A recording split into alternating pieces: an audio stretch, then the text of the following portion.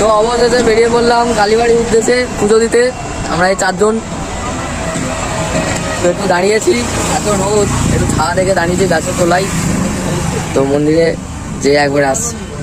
Highland Bangalan কালীবাড়ি মন্দির মায়ের কাছে আমি পৌঁছেই গেলাম সবাই মিলে।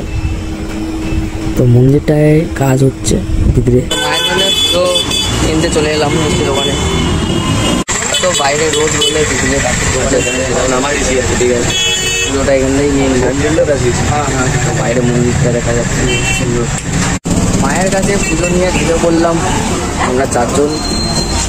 অনেক কিছু কিনতে হবে। মায়ের মন্দিরটা পুরো রেডি হচ্ছে। জয় বড় মা। মায়ের কাছে ঢুকতে মনটা কি সুন্দর শান্তি হয়ে গেল। আমাদের আসার আগে একবার পুষ্পাঞ্জলি দিচ্ছে ভক্তরা।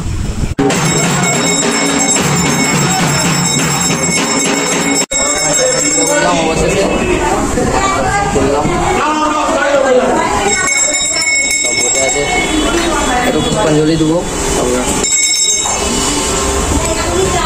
কালীবাড়ির মাঠে আরো মা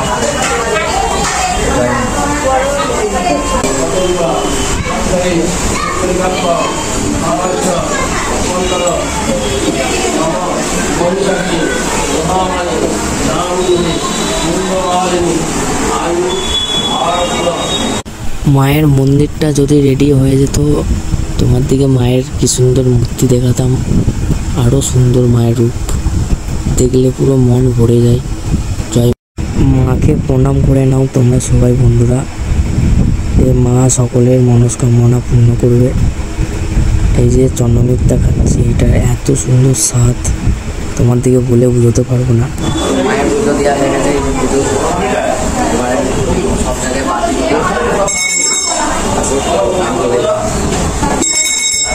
সবারই দেবাদিদেব মহাদেব কাছে আমি যাচ্ছি।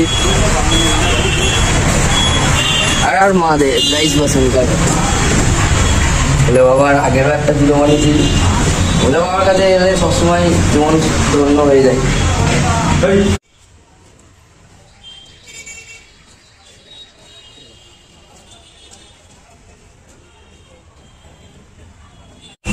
বড় মায়ের কাছে এসে পুজো দেওয়া গেলে আবার বাড়ি চলে যাবো।